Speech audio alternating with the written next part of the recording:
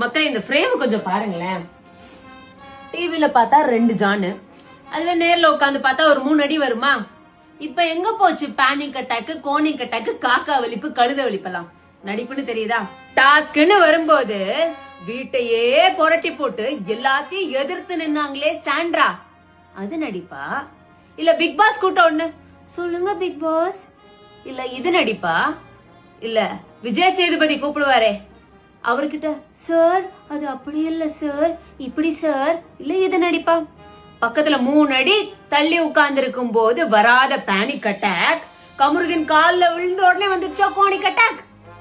என்ன நடிப்புடா அப்பா, உலக மகா நடிப்புடா சாமி. 90 நாள் ஒருத்தங்க உழைச்ச உழைப்ப 90 செகண்ட்ல நீ நடிச்சு அவங்களோட வாழ்க்கைய அழிச்ச பத்தியா? ஒன்னே ஒண்ணு சொல்லணும்னு நினைக்கிறேன், நம்ம சேர்த்து வச்ச சொத்து அடுத்த தலைமுறைக்கு எப்படியோ அதே மாதிரிதான் நம்ம சேர்த்து வச்ச பாவமோ புண்ணியமோ. புரிஞ்சிருக்கும்னு நினைக்கிறேன்.